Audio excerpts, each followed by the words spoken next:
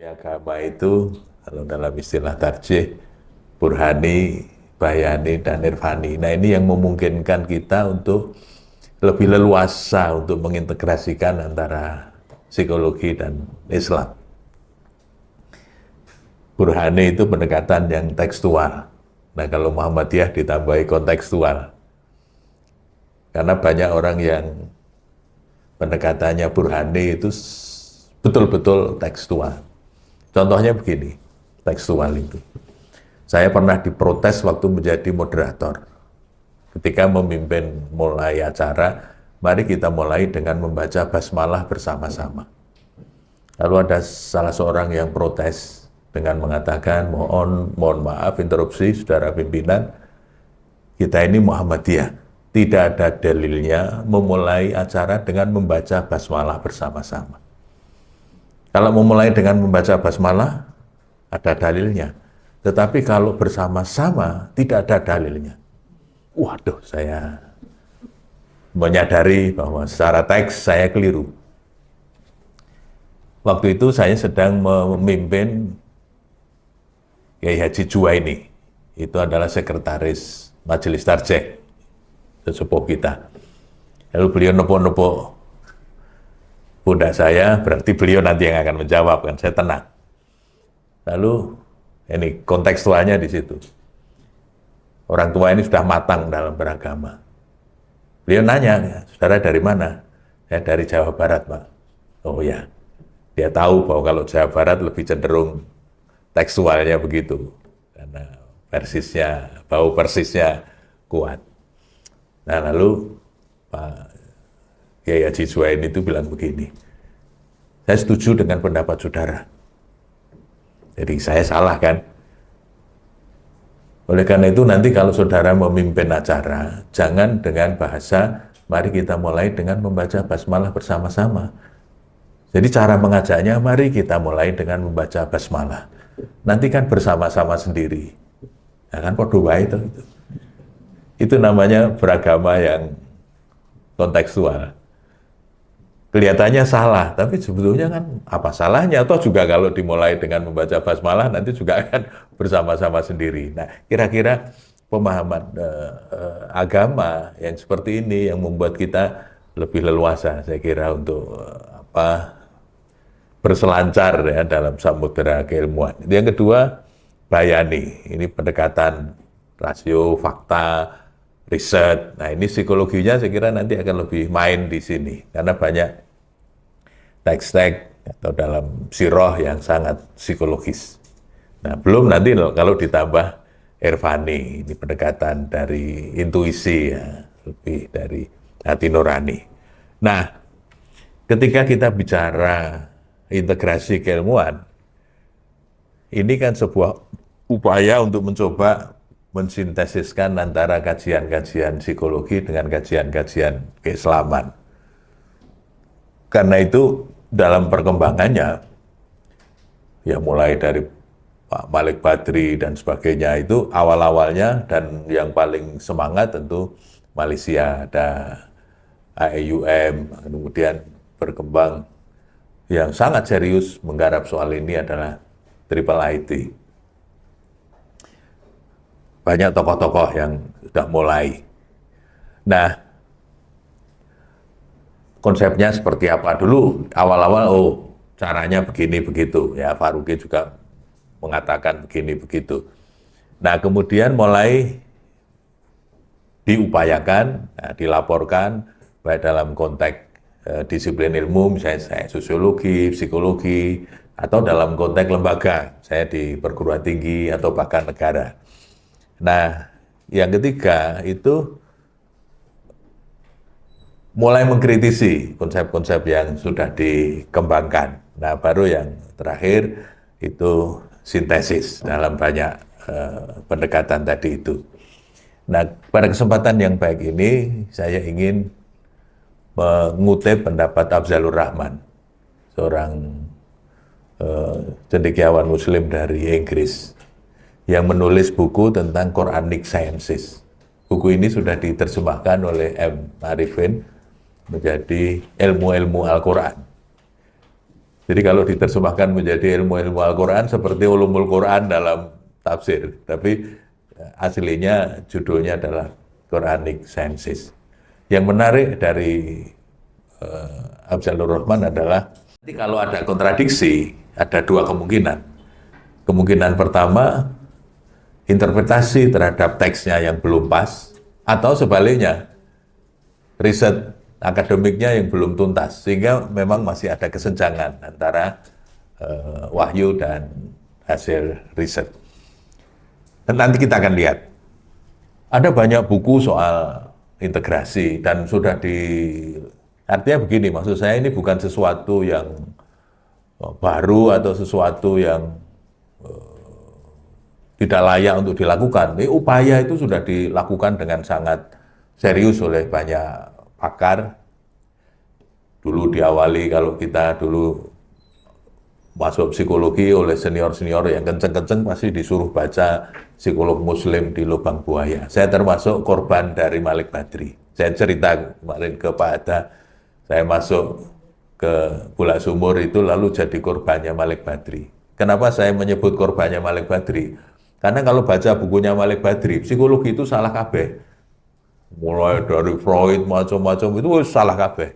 Akhirnya efeknya apa Bapak Ibu? Saya tidak terlalu serius untuk belajar teori psikologi. Orang percaya? Nah, gimana mau serius belajar teori psikologi? Karena semuanya udah dihabisi sama Malik Badri. Nah, baru kemudian mulai menyadari pentingnya dua-duanya, antara belajar Islam dan belajar teori psikologi sebagai hasil riset akademik. Ada banyak buku, misalnya ini ada Psychology from Islamic Perspective, ada Islamic Perspective on Science and Technology misalnya, ada Islamically, dan seterusnya, ini banyak hal. Bahkan di Encyclopedia of Psychology and Religion itu ada entry khusus tentang Islamic Psychology. Dan buku macam-macam sekali. Jurnal juga nanti bisa dilihat di grup, saya share di grup ini. Lalu jurnal juga membahas macam-macam soal bagaimana caranya mengintegrasikan. Nah, yang tadi saya mau usul itu supaya belum lupa. Nanti tidak hanya bikin panduan Pak Hatta, tapi saya usul nanti gantian. Jadi setiap kita kipas book review, karena kita nggak mungkin satu-satu membaca semuanya, nggak mungkin. Ada baiknya salah satu, misalnya yang nanti bagian klinis, ngaji bukunya yang klinis, yang bagian konseling mungkin apa, yang pendidikan, yang mana gitu. Itu mungkin akan menambah perspektif kita dari hasanah yang sudah pernah dikaji oleh para peneliti. Jadi nanti mungkin pembicaranya itu nggak usah konsep yang macam-macam, sudah mereview buku-buku yang sudah ada saja. Nah, kalau sudah itu, nanti di tahap kedua ditindaklanjuti dengan mengintegrasikan di minatnya masing-masing. Misalnya saya psikologi pendidikan, nah bagaimana Islamic Educational Psychology itu jadi kayak apa misalnya.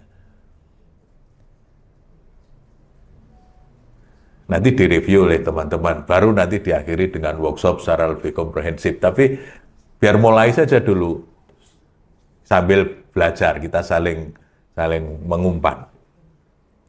Nah, kenapa saya setuju dengan Afzalur Rahman? Karena dalam konsep Tauhid itu kan ayat Allah itu ada dua, qauliyah dan kauniyah. Qauliyah itu ya Quran, Sunnah, Firman lah. Yang kauniyah itu ya fenomena di alam semesta yang kemudian ketika diriset oleh ilmu pengetahuan menjadi sains. Nah itu dua-duanya adalah al-haq, itu dua-duanya adalah ayat-ayat Allah. Nah karena berasal dari Allah yang sama, maka mestinya antara yang kauniyah sama qauliyah ini tidak boleh ada kontradiksi. Makanya tadi saya mengatakan kalau ada kontradiksi, bisa jadi interpretasi agamanya yang keliru atau riset akademiknya yang belum tuntas. Kalau dalam surat Al-Mulk itu, innamal ilmu indallah.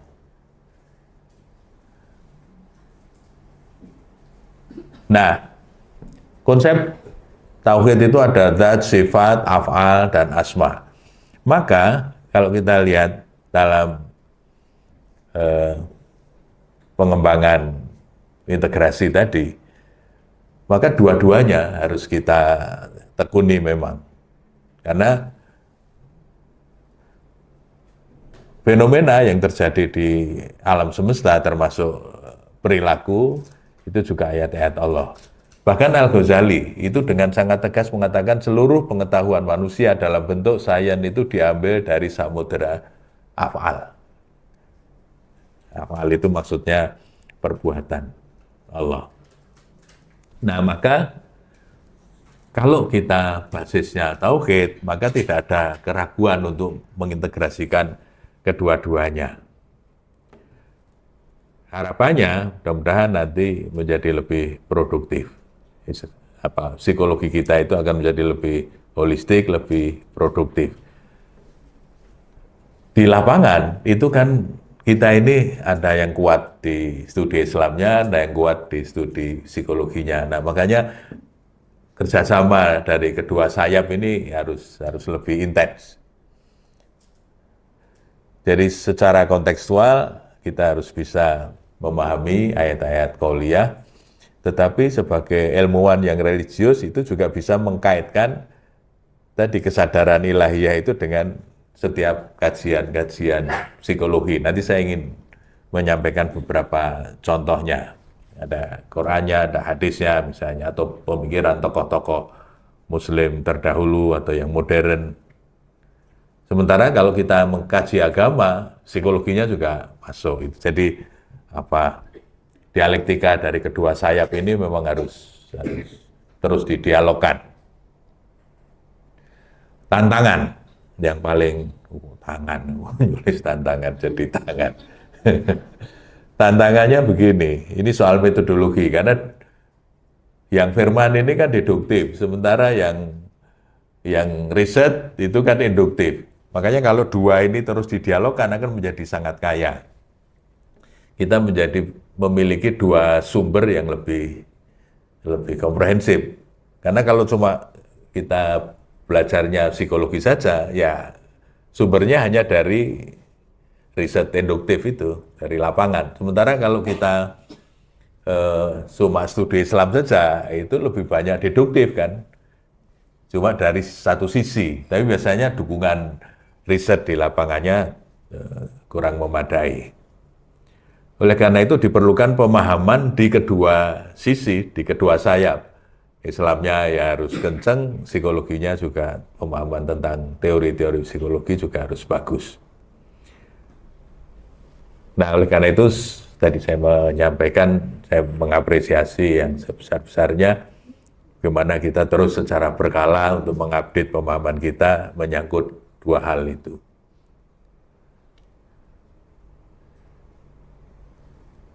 Di banyak tempat, kenapa saya ingin mengatakan secara berkala untuk pengayaan, tidak hanya keislaman, tapi juga teori-teori psikologi, itu karena begini, pengalaman saya di kelas itu setiap kali anak-anak saya tanya teori psikologi itu enggak bunyi itu, saya juga heran.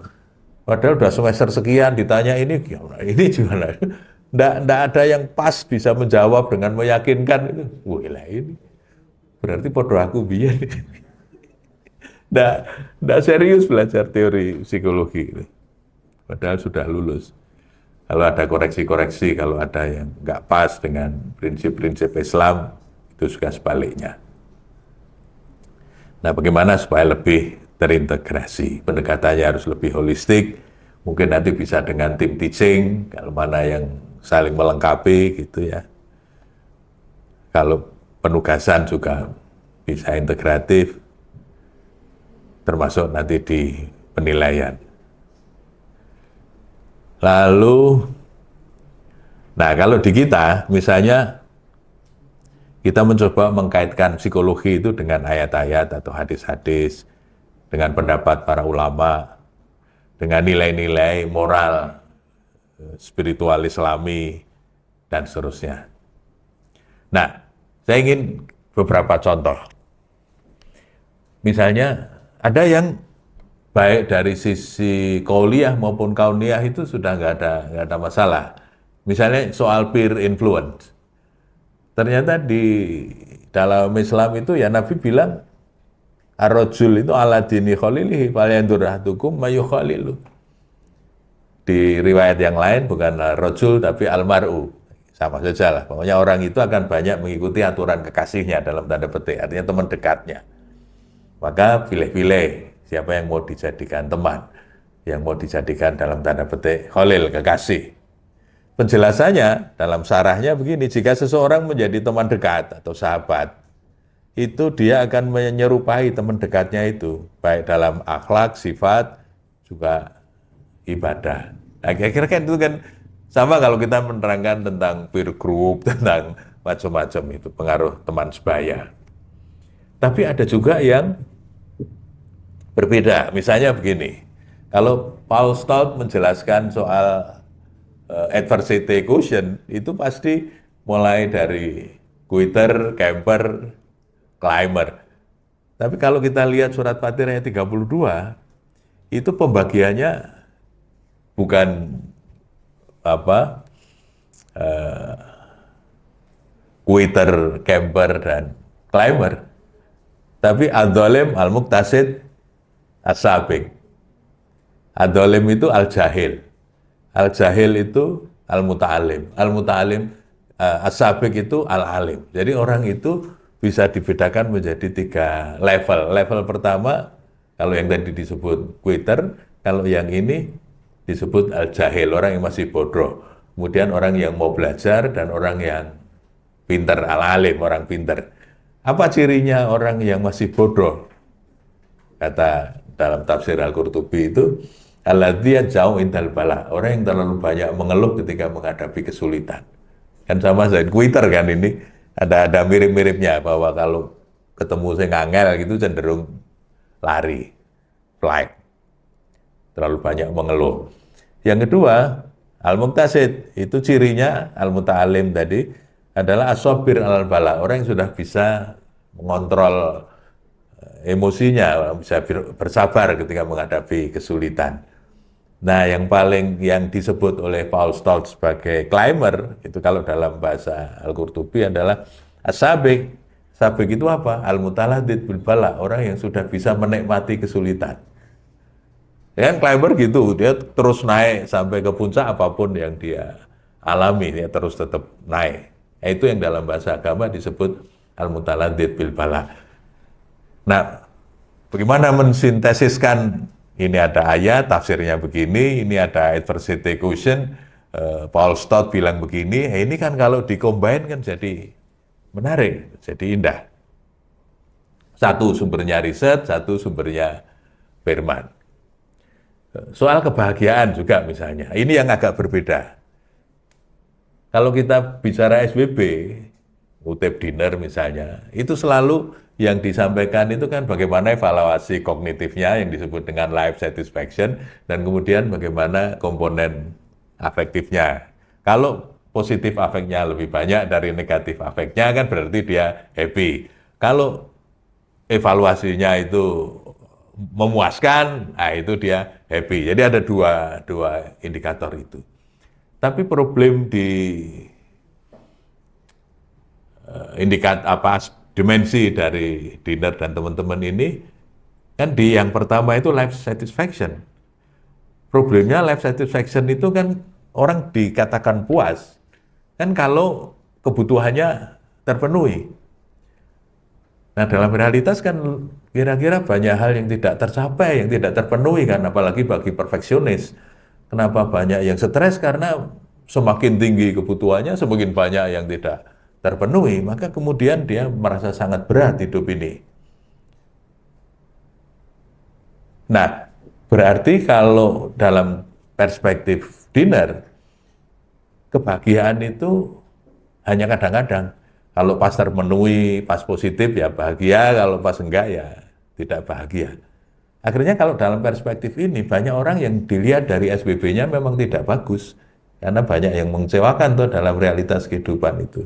Lihat negara begitu, lihat Palestina begitu, lihat kampus begitu, lihat kanan kiri, kan jadi banyak yang mengecewakan. Nah kalau nggak hati-hati, ya wajar kalau kemudian kemarin kita assessment waktu mahasiswa baru kecenderungan bunuh diri itu angkanya tinggi-tinggi kan, itu ya kira-kira karena mungkin life satisfaction atau negatif afeknya kencang banget. Nah, saya ingin lihat bagaimana perspektif dalam Islam. Rupanya ada perspektif yang menarik. Jadi dalam Islam itu orang itu bisa bahagia terus-menerus. Kalau yang perspektifnya dinner tadi kan nggak bisa terus-menerus. Itu kan kalau keturutan bahagia, kalau nggak keturutan ya nggak bahagia. Tapi kalau dalam Islam, istilahnya menarik sekali. Nabi itu ajaban li amril mu'mini, inna amrohu kullahu lahu khair. Dan statementnya itu walaisa dzaka liyahadin illa lil mu'mini. Jadi orang yang beriman itu ajaib. Ajaib itu menakjubkan. Elok tenan. Orang yang beriman itu, seluruh urusannya itu akan dirasakan sebagai baik. Itu tidak didapati kecuali pada seorang mukmin. Jika mendapatkan kesenangan, dia bersyukur dan itu baik baginya. Jika dia mendapatkan kesusahan, maka dia sabar. Dan itu juga baik bagi dia. Artinya, mau positif, mau negatif itu dinikmati tadi, al-mutaladzid bil bala tadi, bisa dinikmati. Kalau dapat yang nikmat ya dia bersyukur, kalau dapat yang sulit ya dia sabar. Dan itu dua-duanya baik bagi dia. Maka kira-kira kalau bisa dirumuskan dalam perspektif Islam, kebahagiaan yang bisa menjadi terus-menerus itu apabila 3 kualitas ini sudah bisa ada pada seseorang. Pertama, ya keikhlasannya sudah bagus, dia bisa menerima apapun yang Allah gariskan untuk dia. Yang kedua, kalau dapat seneng ya dia syukur, kalau dapat susah dia sabar. Nah, nanti ciri-cirinya ada di situ. Maka saya pernah update status dan banyak yang like ketika saya menyatakan kebahagiaan akan selalu hadir jika suka dan duka dinilai sama. Tapi untuk sampai ke sini ini kan butuh apa?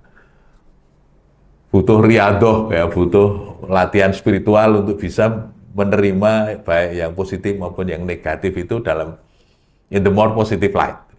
Itu yang tidak gampang untuk sampai ke situ. Bahkan di dalam Islam itu ada ayat-ayat yang mengkaitkan kebahagiaan itu dengan kesucian, kesuksesan, kebahagiaan itu dengan kesucian jiwa, kebersihan hati. Misalnya ada ayat qad aflaha man tazakka. Kemudian qad aflaha man zakkaha.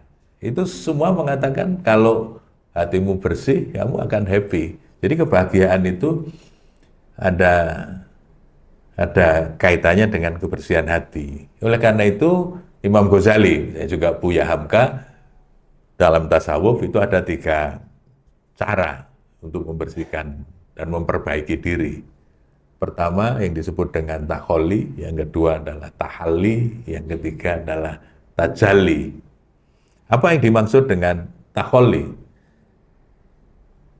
Takholli itu kholal asalnya yang berarti kosong, jadi mengosongkan, ngedel sifat-sifat buruk yang ada pada kita yang kurang bagus itu dihilangi.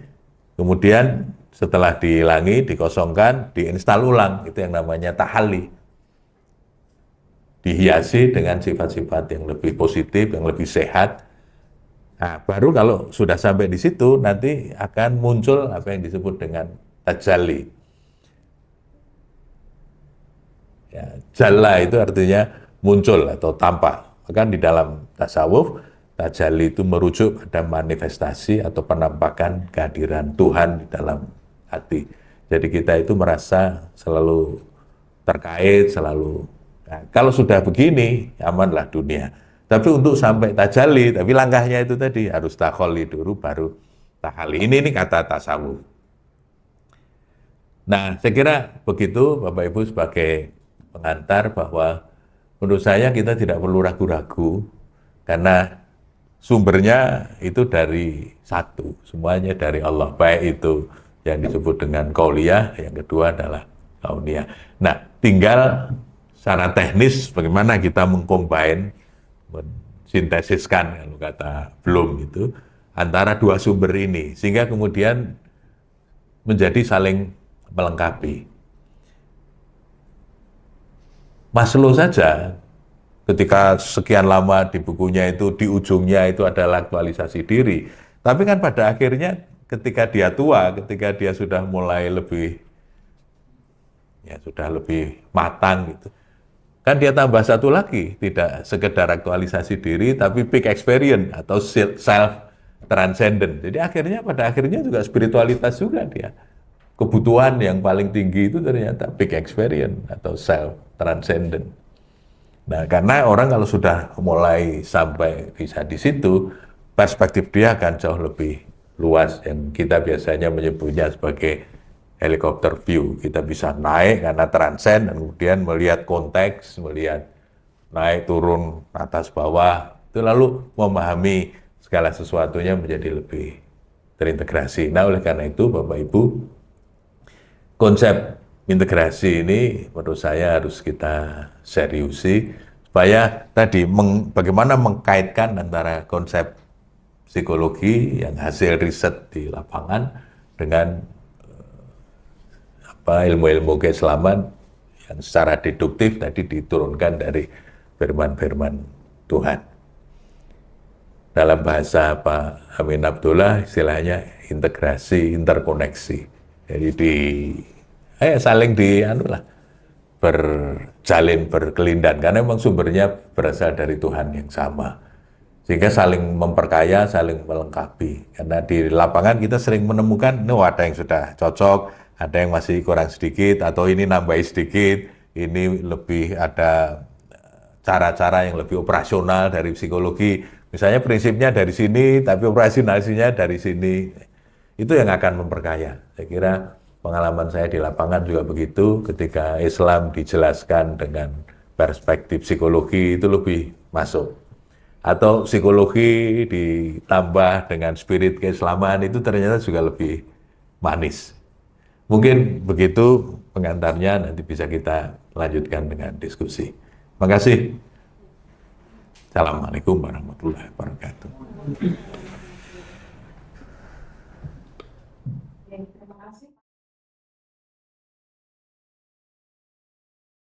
Apa yang dijelaskan oleh Pak Irut ini sudah lengkap ya. Sebenarnya saya hanya mengamini aja.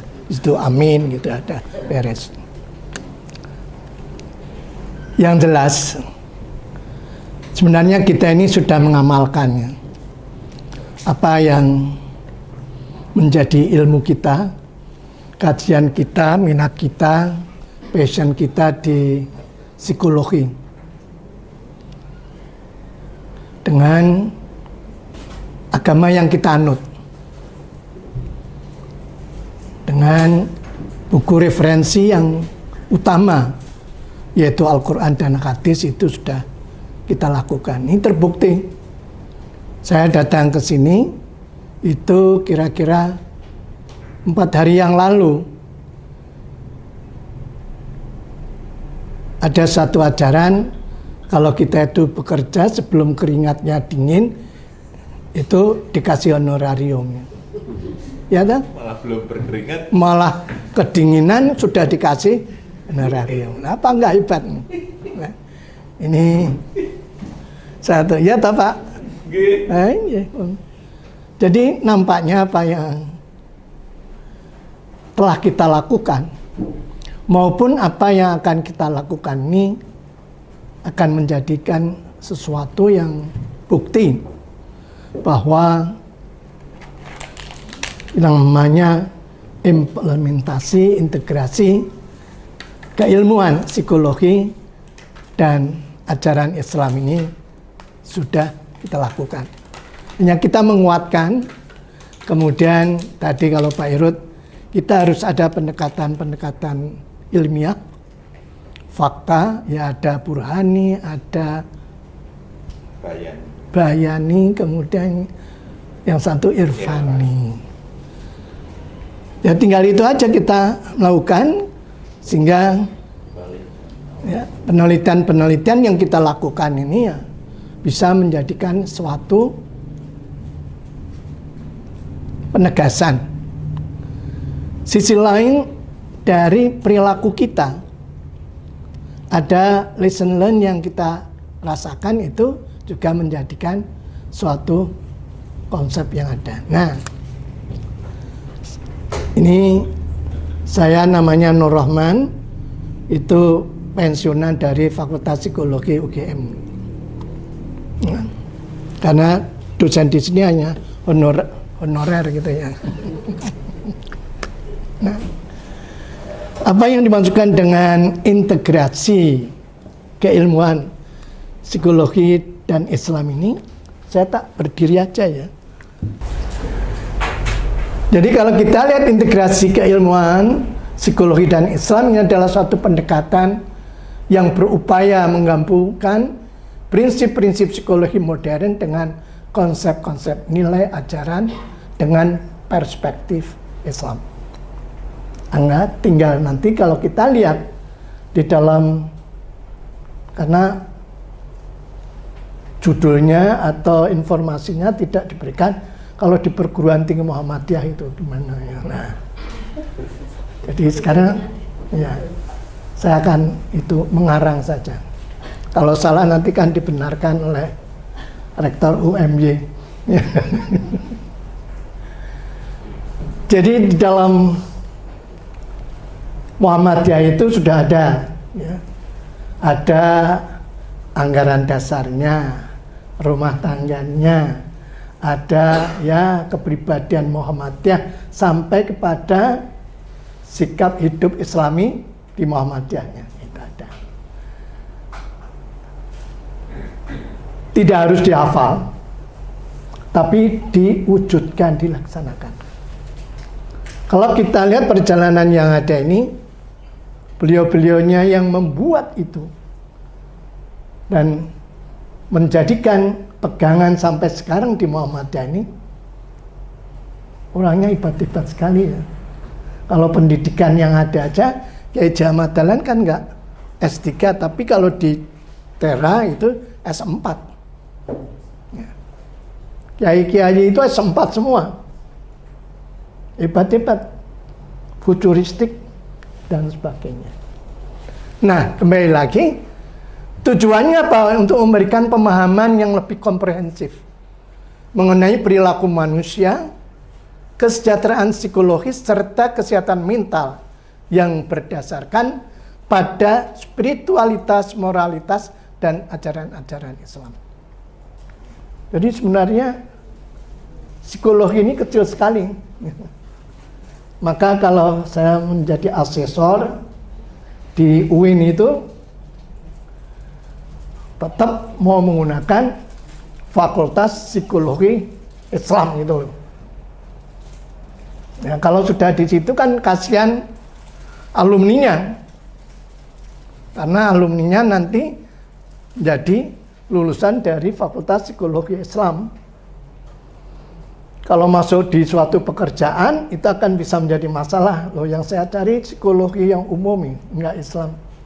Apalagi kalau yang lah, sehingga terjadi perdebatan pada waktu kita mengakses di Padang gitu ya. Ya. Dia memberikan dalil semua ilmu yang ada itu adalah di bawah ilmu usuluddin gitu ya. Ya, kita itu. Nah, akhirnya kebetulan teman saya ini adalah dari UIN Hidayatullah Jakarta, seorang profesor juga, ya ikut bersama-sama dengan saya memberikan catatan seperti itu. Nah, akhirnya tidak terakreditasi. Ya dikarenakan kasihan, kita orientasinya bukan situ, karena meskipun sekarang kalau kajiannya itu mengenai psikologi Islam, oke lah. Tetapi kalau sebagai suatu fakultas, itu akan memberikan satu masalah di kemudian hari. Karena kita tidak semuanya Islam. Nah, Kita tahu psikologi ini adalah mempelajari berbagai proses mental yang mendasari perilaku manusia. Nah, Islam ini adalah agama yang memberikan panduan lengkap bagi kehidupan manusia yang mencakup aspek spiritual, moral, sosial, dan kesehatan mental. Jadi kalau kita lihat cover yang ada dalam psikologi mempelajari perilaku manusia sebenarnya tidak terlepas dari panduan yang lengkap yang ada di agama. Sebenarnya yang namanya agama ini ya, kalau kita telusuri agama yang paling sempurna itu ya memang Islam.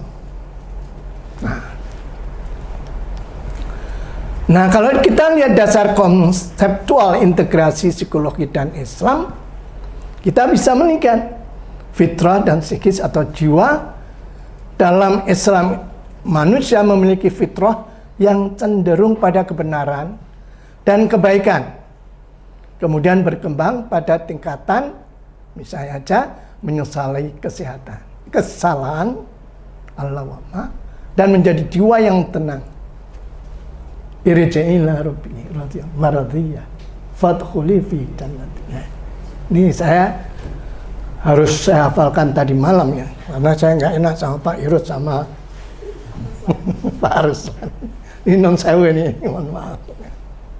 Nah, psikologi Islam ini menyoroti bagaimana proses mental dan emosional yang tidak hanya dipengaruhi oleh biologis dan lingkungan sosial, tetapi juga oleh spiritual religiositas.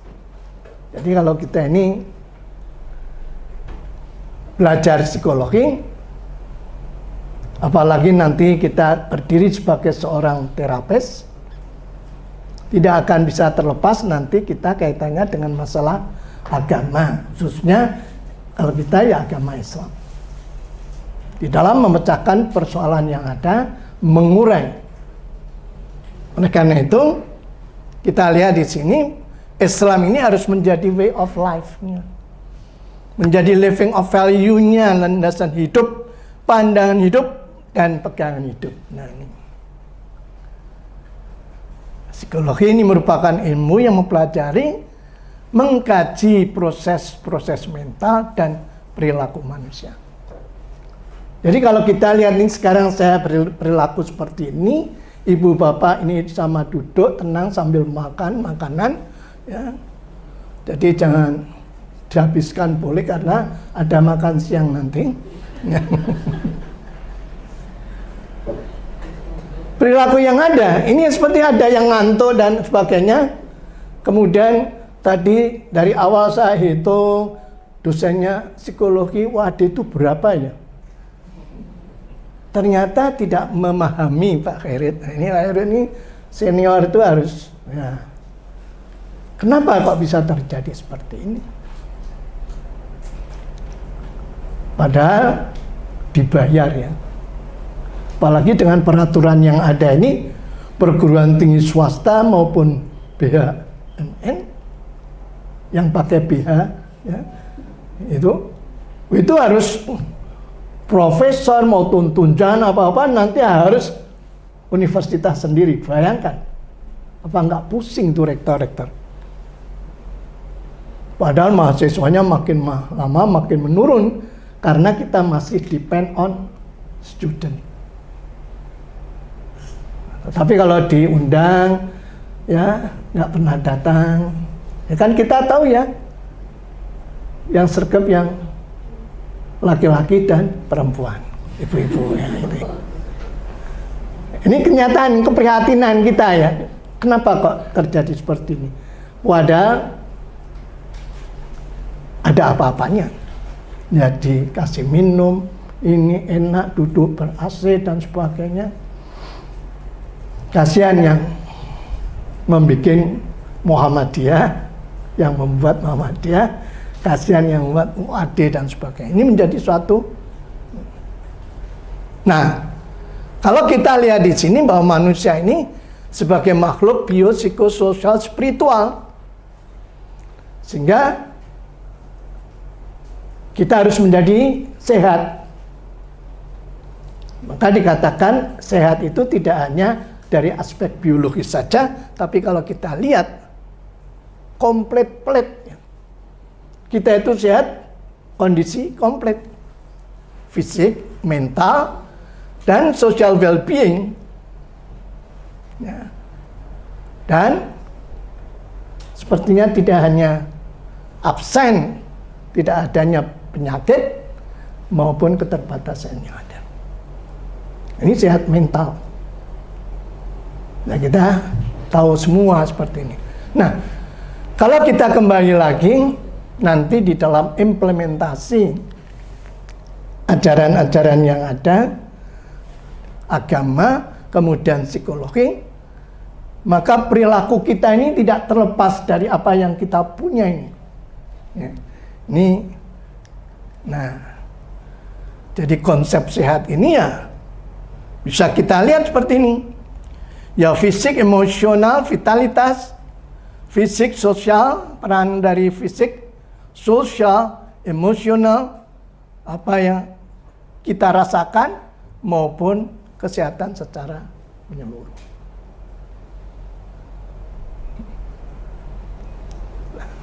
Saya akan menukik kepada persoalan yang ada. Dan ini kita lewati aja dulu. Ini ilmu yang nantinya kaitannya dengan kita bisa mensyukuri nikmat Allah kalau kita tidak mau melihat, ya, atau mau melihat apa yang ada di dalam diri kita ini, khususnya otak. Perkembangan yang ada ini, ternyata otak ini sangat hebat sekali. Di mana di dalam otak ini ada bagian-bagian yang bisa kita kenali, yaitu ada lobus frontalis, parietalis, temporalis, dan occipitalis. Setiap lobus ini mempunyai fungsi yang berbeda, akan tetapi juga saling berhubungan satu sama lain. Sehingga kita akan bisa memahami apa yang dikemukakan oleh Pak Irut tadi. Ada burhani, ada irfani, semuanya kan bisa tertangkap. Dari mana? Ya dari otak kita ini. Kita bisa merasakan, no? Tadi di kotak coklat itu ada minuman, ada tahu, ada ya. Kemudian ada apa lagi? Kacang. Begitu masuk rasanya kok beda-beda. Nah ini mensyukuri. Ibu bapak melihat saya pakai batik, kita anyar nih lawas, itu bisa dilihat, langsung bisa memberikan persepsi loh. Saya juga melihat ibu-ibu yang ada di sini, kok cantik-cantik semua. Yang paling cantik muda itu Hasna itu ya. Nah ini sasaran tembak nih Hasna. Ben kandak ya rektore ben. Nah, begitu melihat, saya juga melihat ada jilbab yang coklat, hitam, ada yang pakai kembang-kembang, yang pink, ada. Kenapa kok bisa ya? Hebat ya. Nah ini kita harus belajar mengenai otak kita ini, otak-otak ini. Nah, otak ini seperti ini loh. Ini lobus frontalis. Ini yang kuning. Jadi ini namanya sulcus, ini namanya gyrus, sehingga ada lekuk-lekuknya yang ada. Ini mempunyai makna. Pernah terjadi di Fakultas Kedokteran menemukan mayat gelandangan, diumumkan sekian bulan nggak ada, langsung dibuat praktikum. Gelandangan, begitu otaknya dibuka ternyata mulus, tidak ada gyrusnya ini nggak begitu banyak. Nah kita nggak tahu, tapi alhamdulillah ya sudah bisa mimpin UAD, budekan. Itu anak kalau nggak otaknya hebat. Ada yang S2, ada yang S3. Ini bisa kita rasakan. Kemudian ada lobus parietalis. Ini di sini. Ada lobus occipitalis dan lobus temporalis. Ini kotak kecil, ini batang otak. Kemudian ada medula oblongata yang berkaitan dengan sumsum tulang belakang dan sebagainya. Nah, yes. Kita lihat sekarang apa fungsinya. Lobus frontalis itu yang di depan ini, jidat ini. Nah, jidat kita ini belum bisa menjadi jaminan kalau orangnya buat jembari mesti pinter, mesti enggak ya, gitu ya. Ini kita lihat. Ternyata lobus frontalis ini lokasinya di depan dari, kok gini gimana ini? Sabotase tadi Pak Irut bagus ya, saya kok jadi kayak ya. Di depan dari sentral sulcus. Nah ini kita lihat. Ini ada lekuan namanya sulcus ini. Concern with reasoning, planning, part of speech, and movement, emotion, and problem solving. Di jidat ini, nah, ternyata itu berhubungan dengan apa aja? Reasoning, penalaran, ya, planning, membuat rencana. Kemudian bagian ada di dalam lobus frontalis itu ada pusat nantinya bahasa, jadi part of speech and movement. Ya, ini. Kemudian ada emosi dan problem solving. Padahal otak ini hanya 1,5 kilogram paling besar, paling berat. Sudah pernah makan otak sapi di restoran Padang ya? Itu kan kelihatannya. Ada sekarang artificial otak itu bisa dibelah menjadi otak kanan, otak kiri.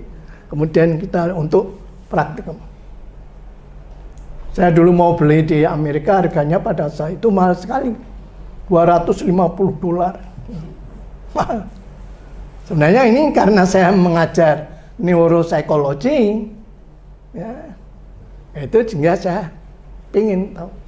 Meskipun juga banyak yang artificial itu. Kemudian ada parietal lobe yang ada di atas. Lokasinya behind the central sulcus, belakang ini ya parietal lobe. Kemudian concern with perception of stimuli related to touch, pressure, temperature, and pain. Jadi sekarang ibu-ibu merasakan AC-nya bagus atau tidak, kan terasa ya.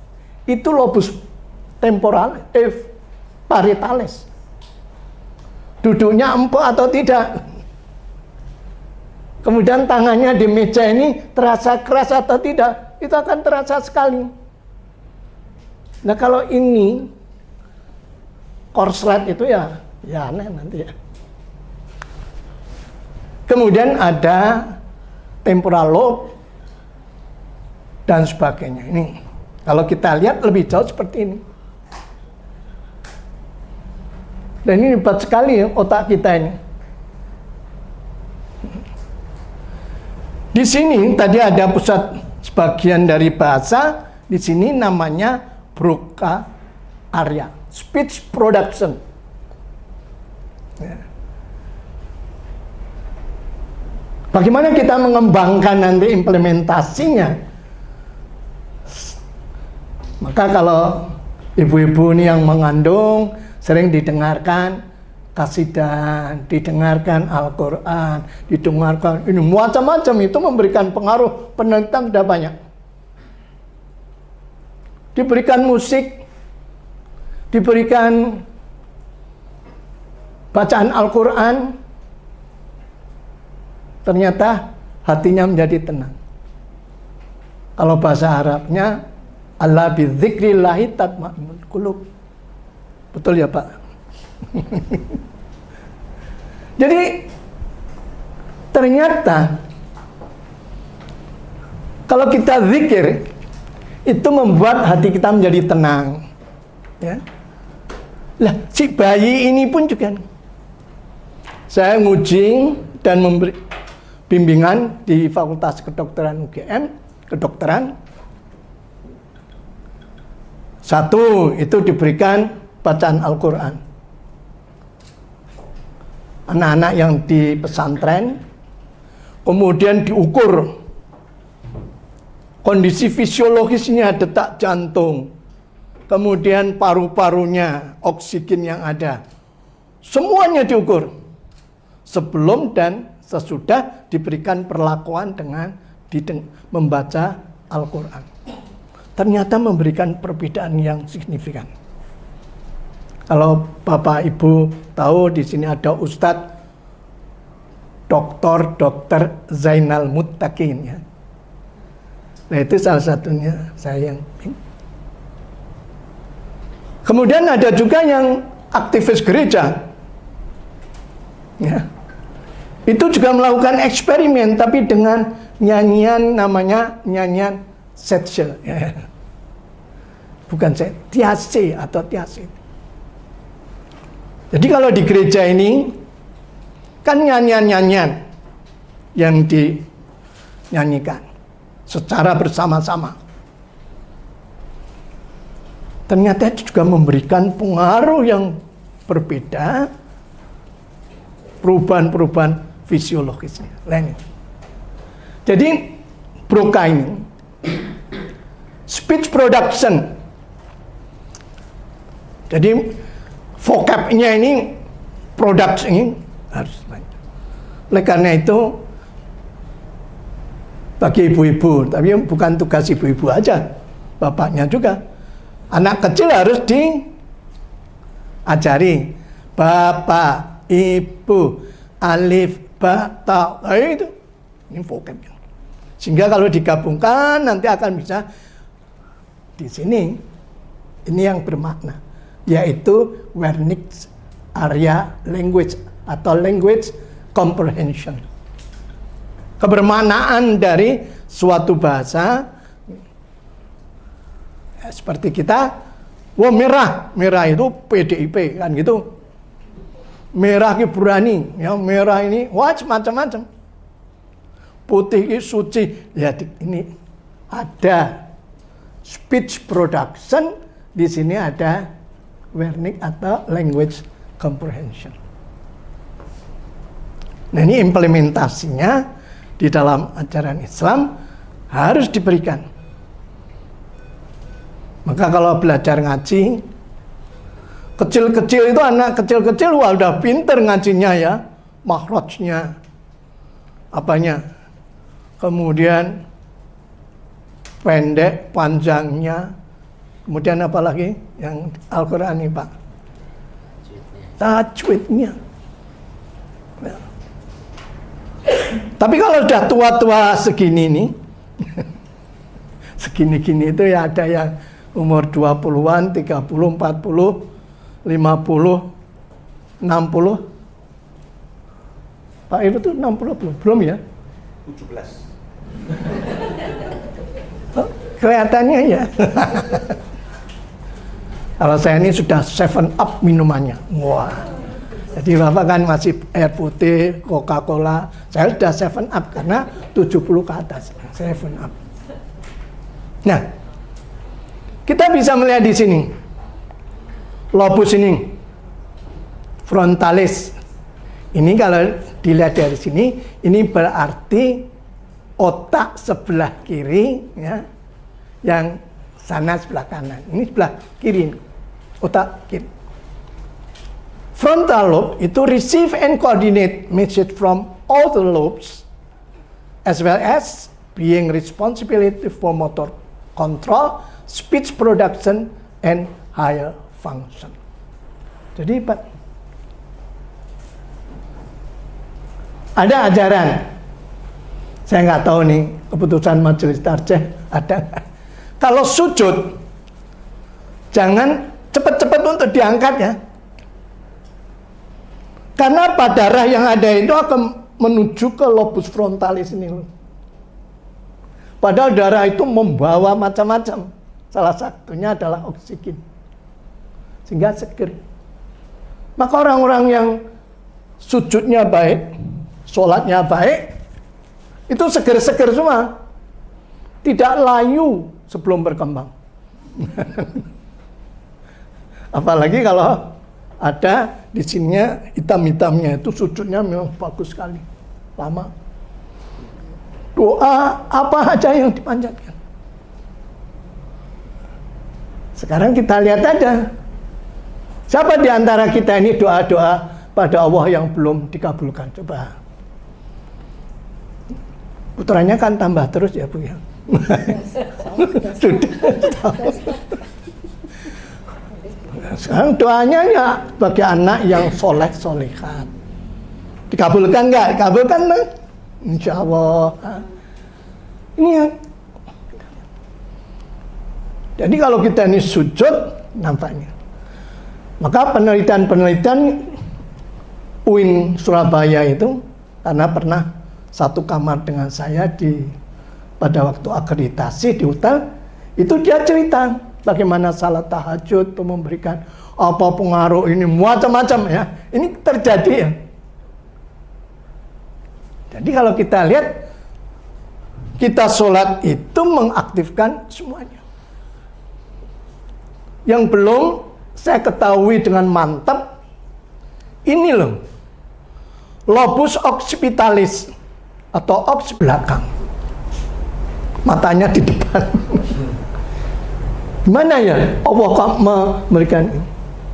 Nah kalau kita dalamin lagi, ternyata ada suatu interkoneksi antara lobus satu dengan lobus yang lain, ya, sehingga memberi pengkayaan pada mata. Itu hebat sekali ya, mata ini. Apa yang pernah kita lihat, kemudian merem, ya. Ini tamu dari New Zealand. Dokter kita, selamat ya. Nah, ternyata kita bisa membayangkan macam-macam dan sebagainya apa yang pernah kita lihat. Ini lobus occipitalis. Kemudian di pinggir sini nih, di telinga itu temporal lobe, hearing, language, comprehension, memory, dan emosi, kontrol emosi. Maka jelas kalau kita lihat, nikmat manakah yang engkau dustakan. Wah kalau kita belajar ini, kita itu wah, bisa kecil sekali. Wah subhanallah, Allahu Akbar. Ini pengalaman waktu di Amerika saya belajar neuropsikologi ini dengan seorang profesor Yahudi, itu profesornya. Kemudian kita minta sama dengan istri, minta supaya dia ada waktu tersendiri untuk bisa memperdalam, saya tidak hanya di kelas. Mau dia. Kalau orang Amerika itu ono wong arep pinter itu senengnya setengah mati.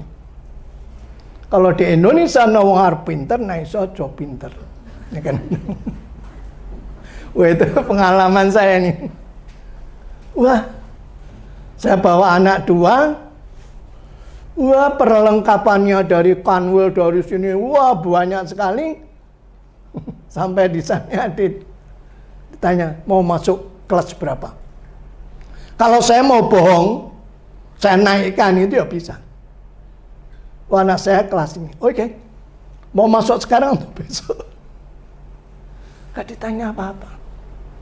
Begitu pulang, terus masuk di MUI, kemudian mau ujian harus ada namanya, nomornya, kemudian saya diminta datang di kanwil sini, datang, wah disuruh nunggu lama sekali itu yang.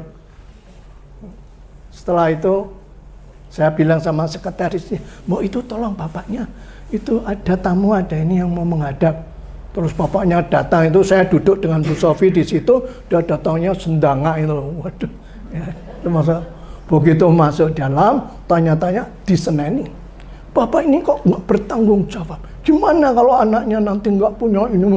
Kok nggak cepat-cepat? Walah, kayak gitu-gitu. Saya, iya maaf Pak, saya hanya maaf Pak. Setelah keluar saya tanya, itu kepala bagian siswa itu pangkatnya apa tuh? Dia baru 3C. Walah, bilang tadi orang 2 itu sudah 4C semua ya, dibilang dulu ya. Langsung sorenya saya telepon Kakanwilnya, Pak, anak buahmu hebat banget. Kenapa? Wah ini, wah, ya salah kandani, rasa dikandani. Kok pindah wenang Gunung Kidul lah. Rawangun ya, nah, kayak gitu-gitu nih. Yang Jadi di sini kalau ada orang mau pinter di negara-negara yang maju itu senangnya bukan main ditanya. Coba aja sekarang yang mau mencari beasiswa atau mencari itu. Ini pengalaman Mbak Tria ya. Email ke profesornya di New Zealand. Wah itu ditanggapi ya cepet lah. Cet. Kalau kita, alah sedang kewai lah.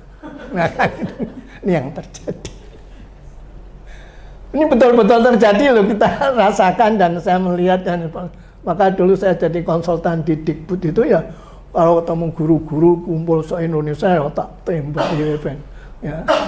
Itu guyu kecut-kecut ya, termasuk kepala sekolah ya karena mumpung saya bisa kesempatan untuk ini. Nah, kalau kita teruskan ini otaknya, ternyata nah ini di dalam otak itu ada 100 miliar sel saraf neuron ya, yang 1,5-nya ada 100 miliar sebuah sel ya. Neuron itu nanti gambarnya di sini. Nah ini neuron kita besarkan sudah berapa kali ribu nih. Jadi sepertinya di dalam otak kita itu buahnya serabut-serabut kecil yang satu sama lain melakukan hubungan atau disebut dengan sinapsis. Nah, kalau lihat lagi, sebuah sel saraf dapat membuat hubungan sinapsis 1000 hubungan. Sehingga akan terjadi sekian. Berapa ini? 10 billion. Hubungan sinapsis.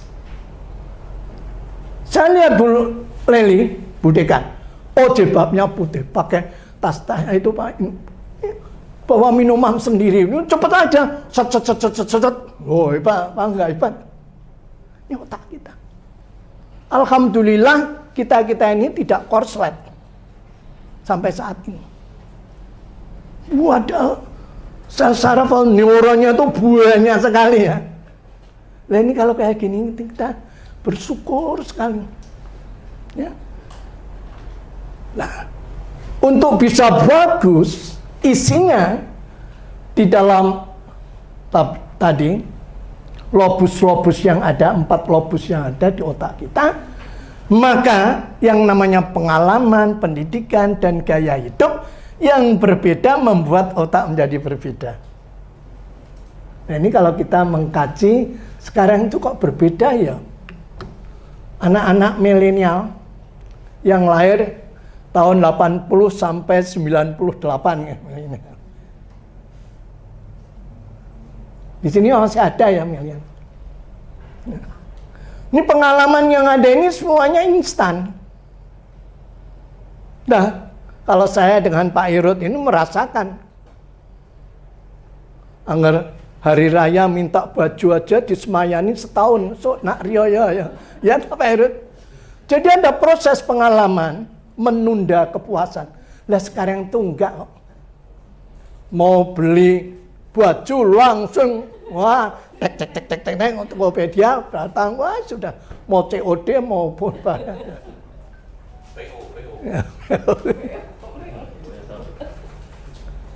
Jadi kun fayakun semuanya. Nah, ternyata memberikan pengaruh pada ini sel saraf tadi. Pengalaman. Nah, sekarang kita lihat siapa di antara kita ini yang sudah pernah masuk di Museum Sono Budoyo.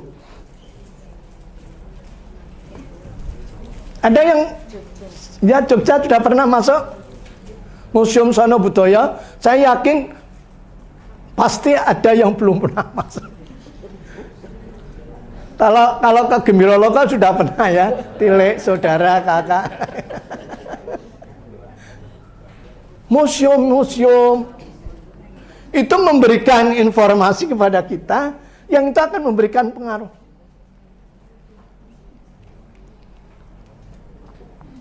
Saya itu belajar dengan teman saya yang saya selalu katakan. Waktu saya belajar ngambil internship clinical psychology di Los Angeles, itu teman saya orang Jerman sama-sama. Kemudian ngajak pergi dari Los Angeles ke San Francisco, ke Berkeley dan sebagainya itu. Pokoknya jalan-jalan. Bayangkan kita itu nggak pernah buka map itu ya. Dia yang nyetir, Nur kamu yang baca buku ini buat mati abang. Jadi dia tanya, setelah ini kota ini apa? Lihat. Setelah ini apa? Di situ ada apa? Lihat jadi bukunya lihat. Oh ada museum. Oh berhenti lihat museum. Di Santa Monica itu, dekat Santa Monica itu ada museum besar. Nah, saya lihat museum itu cepet seralah waktu seralah gue harus langsung metu. Yuk kancaku siji ora metu ngopo to ya. Saya baleni meneh. Agak nang ruangan satu. Karena dia selalu melihat tulisan yang ada, keterangannya sama barangnya dilihat satu persatu gitu. Lah. Kalau kita gimana? Alah, minggu watu hijau ya, ngopo, tak kena itu ya. Nah ini terjadi. Itu pengalaman bagi saya. Iya ya. Kan itu memberikan nilai sejarah bagaimana. Nah, saya nggak usah tanda tangan, Pak, karena sudah ditransfer. Ya. Setelah kita lewat jalan di tepi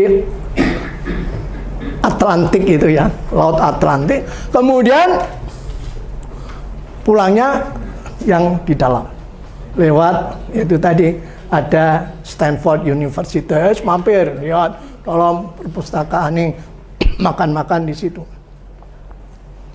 Kemudian sampai lah dia dormitory. Ya ini orang Jawa ya, begitu nyampe terus atus nganggo wituang anget, terus ngonde kopi karo ndelok TV. Terus saya keluar, yuk koncoku nang di Jerman. Oh, kamarnya kosong, goleki sebelah di bawah pohon, gelar kloso, mengkurep, nyetel radio karo nulis.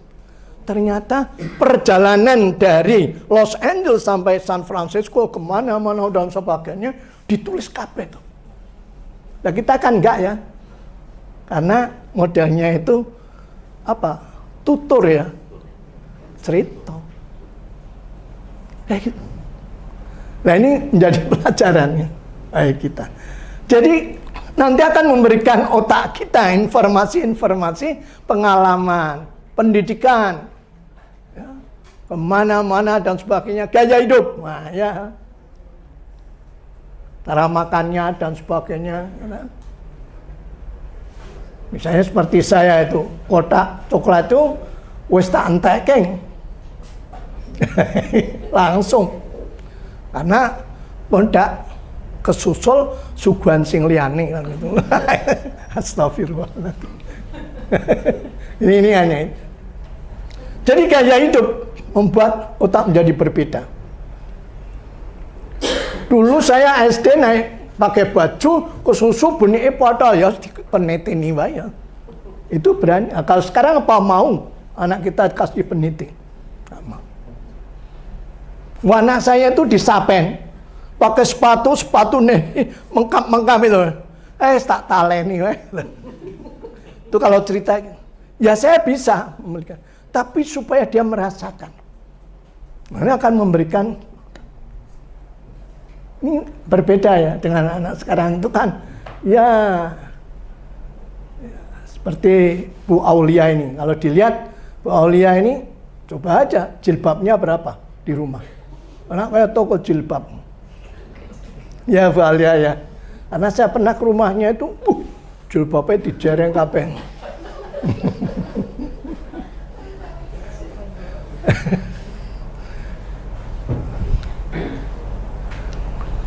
Jadi ini neuron yang ada, ya ini dendrit ini yang seperti tentakel ini, tangan-tangan yang ada yang nantinya akan menyalurkan semua dengan seperti aliran listrik itu. Gitu. Makanya otak kita itu bisa direkam dengan MRI, dengan CT scan yang akan memberikan grafik atau memberikan gambaran karena memang ada aliran listrik. Nah ini sekarang ini. Otak itu otak kanan dan otak kiri. Kalau tangan kanan kita ini, kaki kita, organ sebelah kanan, itu yang mempengaruhi adalah otak sebelah kiri. Kalau kaki tangan kiri, itu berarti otak sebelah kanan. Isinya apa? Ini di sini. Ini yang nantinya juga kaitannya dengan psikologi ya.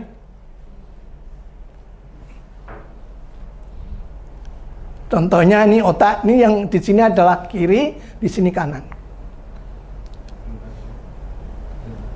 Coba sekarang ini contoh aja biar agak sedikit supaya perhatian.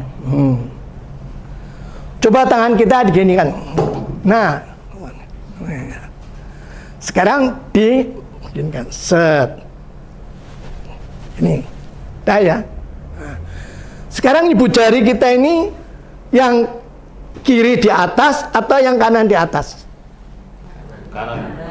Kanan di atas. Nah, kalau kanan di atas berarti otak kiri itu. Simple ya ini, tapi ini tidak bisa dikatakan 100% benar.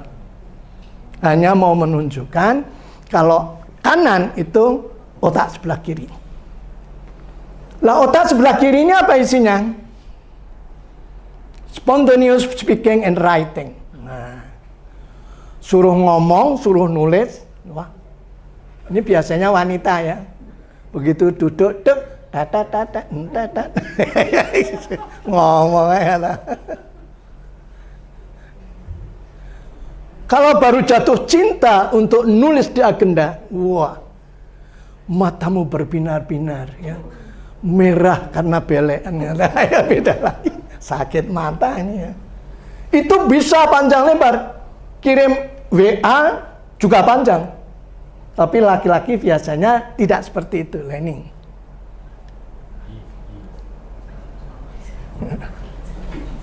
Kalau laki-laki kan satu, nih, dua, ini, tiga, selamatkan gitu ya. Padahal bapaknya, ibunya cerita, Mas ngerti lah mas? Wah, anakmu gitu. Wah. Dulu saya dengan Bu Sofia itu, pas saya di hotel, anakmu gitu, wah jendak, mulai rada bengi tuak kandani taklo, malah mangsuli towi, macam-macam itu ya. Nah, terus saya, ya sabar toh Bu, kan, ya, bocah saiki, sabar piye? Kowe enak-enak wae nang hotel turu angler aku sih. Ya saya jawab ya, dah ya Bu sabar, kembali lagi sabar. Ya, kuwi nak ora turun mbok nih ya turun bapak nih. Terus nggak diteruskan, nggak dijawab.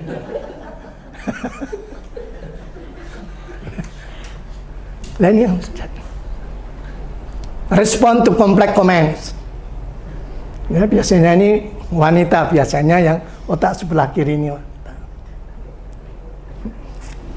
Kemudian word recognition, memory for word and numbers, sequences of movement, dan positive emotion. Positive emotion. Jadi ini otak kiri menginervasi, mempengaruhi gerakan sebelah kanan. Padahal kalau masuk di kamar mandi, itu kaki kiri dulu atau kaki kanan? Kiri. Doanya apa? Bismika ahya wa bismika amut.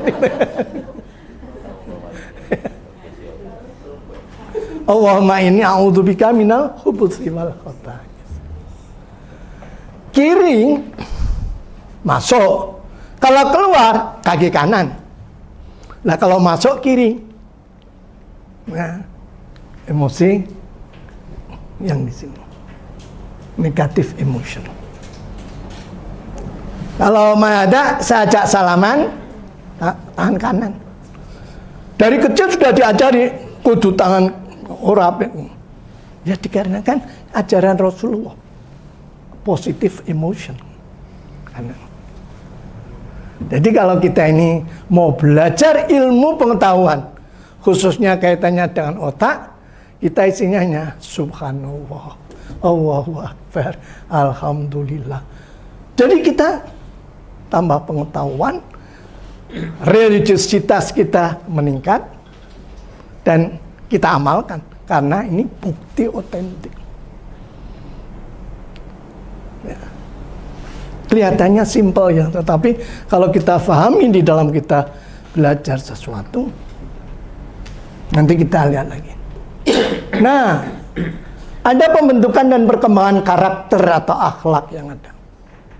Ternyata itu dipengaruhi perkembangannya usia, wawasan, pengalaman, stimulasi, lingkungan, pola asuh, pendidikan, dukungan sosial, dan faktor biologis.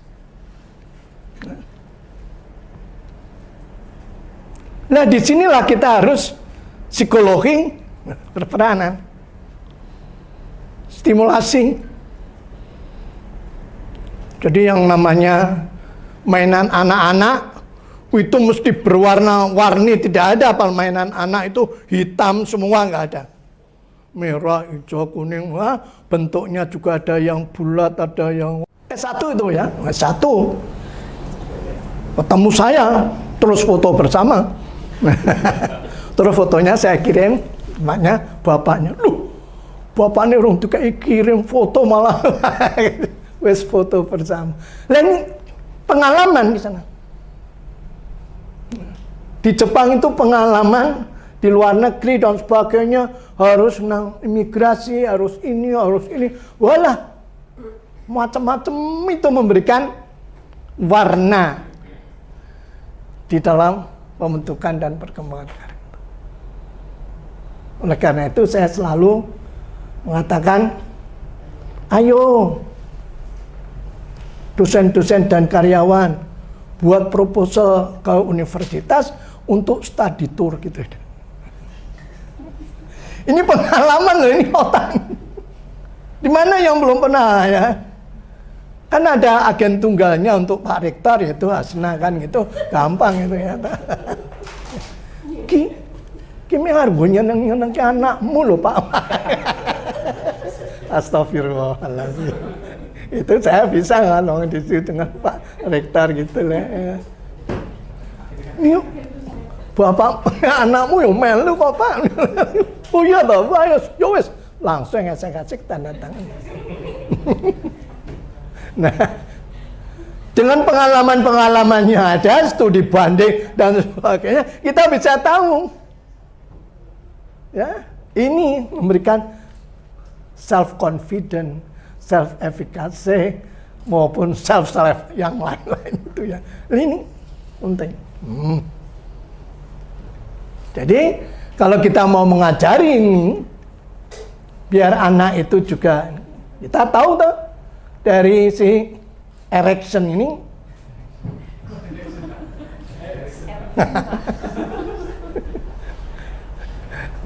Bukan ereksi, kok ereksi. Itu kita lihat ada developmental task. Setiap perkembangan itu mempunyai tugas yang harus bisa diselesaikan. Kalau tidak bisa diselesaikan akan muncul, ya, kalau teorinya Freud mungkin akan terjadi stagnasi atau terjadi regresi. Kalau di sini ada dari anak-anak, bayi, trust dan mistrust. Di sini ini. Nah, sekarang Anda semua di sini dah. Intimacy versus isolation. Ada yang masih single di sini? Ada siapa? Oh masih single. Iya. Jadi di sini perkembangannya ada isolation versus intimacy. Ini tugas perkembangan yang harus dilakukan. Nah, apa yang harus kita berikan? Memberikan fasilitas supaya bisa. Kalau saya sudah masuk di sini, integrity versus despair. Ya. Harus ada integrasi. Kalau enggak ya despair. Ya. Nah, ini yang tadi dikatakan konsep mengenai integrasi keilmuan, kemudian juga implementasi. Saya dari aspek psikologisnya, khususnya dari neuroscience, dari perkembangan, dan sebagainya. Termasuk juga pendidikan. Nah, sekarang kepribadian akhlak yang harus dipunyai warga Muhammadiyah itu apa? Harus percaya diri dong. Anda mungkin tidak merasakan waktu IKIP Muhammadiyah. IKIP Muhammadiyah itu kampusnya ada di kantor PDM yang di depan Permata yang itu SMP 2 Muhammadiyah yang jadi tetangga kita. Kalau sore jadi IKIP. Ya. Terus berkembang sampai punya di sini, kemudian berubah menjadi universitas. Dulu waktu di jalan apa itu ya? Sultan Agung, itu mahasiswa IKIP Muhammadiyah, itu kalau ditanya, Mas, kuliahnya di mana, Mas? Oh, saya juga. Mas, oh, saya udah jelas loh ya. Sekarang mahasiswa UAD tanya, kuliahnya di mana? UAD. Wah. Fakultasnya psikologi. Jelas ada self confident. Gimana membuatnya? Oh, ternyata ada branding image ya. Gimana image-nya terhadap gedungnya, terhadap. Oleh karena itu ya dosen-dosennya harus tampil beda.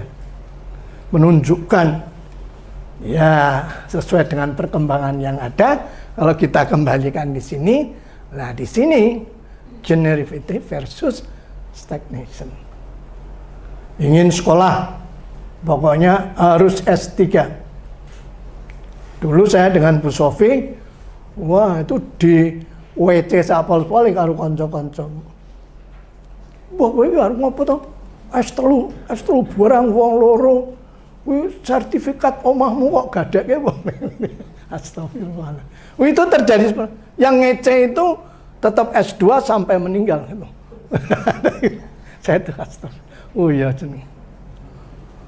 Terus saya jadi dekan, saya kumpulkan S2 semua. Piye saya ana arep apa? Sekolah apa arep golek duit? Nah, golek duit ono LPKM ya. Wih, nah sekolah yes tak gaweke ruang, tak lengkapi apa wae, nang ngono sekolah. Nah, setelah do ora gelem dan sebagainya nganti pensiun, itu kalau ketemu jangan wah kowe penak ya Nur ya. Oh, wong loro profesor tunjangane gede terus isih nunjang-nunjang nang UAD barang. Ngono biyen ya ora gelem dikon ini satu contoh. Oleh karena itu, ayo mohon ini Pak Irut ini sama Bu Dekan. Profesor. Malah saya ono perubahan, peraturan macam-macam tuh, aduh, wah kacau nih. Tambah angel, tambah sulit, wes sulit banget tekan gone urat kayak tunjangan ya ini kan jadi unmotivated. Lah ini yang bian-bian ngerasa kayak tunjangan ya ta. Wah, lumayan loh ya. Itu. Oleh karena itu yang S2 kalau bisa S3, ya nanti yang S3 harus profesor. Insya Allah nanti Bu Leli ini sudah sampai di LL Dikti ya, usulannya belum. Saya tanya hanya kurang foto yang berwarna Bu. Ya insya Allah lah, insya Allah nanti bisa cepat. Bismillah.